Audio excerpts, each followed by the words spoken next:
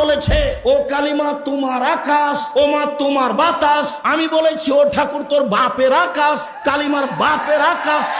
ঠাকুর জাতির শত্রু, ঠাকুর বাঙালির শত্রু, ঠাকুর জাতির শত্রু, ঠাকুর বাঙালির শত্রু, ঠাকুর ঢাকা বিশ্ববিদ্যালয়ের শত্রু, ঠাকুর বাংলা ভাষার শত্রু। আরে ঠাকুর হলো ইংরেজদের দালাল।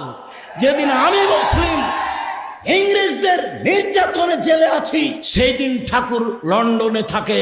এর নাম ঠাকুর। ঠাকুর সবচেয়ে বড় বদ মানুষ এই বাংলার ইতিহাসে, ভারতের পাতায় সবচেয়ে বদ মানুষ এই ঠাকুর। যতবার বলেছে ও মা তোমার আকাশ, ও মা তোমার বাতাস, ততবার ঠাকুর বলেছে ও কালিমা তোমার আকাশ, ও কালিমা তোমার বাতাস। আমি আব্দুর রাজ্জাক বিন ইউসুফ, আমার ছেলে মেয়ে এই গান পড়তে পারে না, অসম্ভব। আপনার মতো কাপুরুষের সন্তান পড়তে পারে, আপনাকে আমি শিক্ষিত মনে করি না।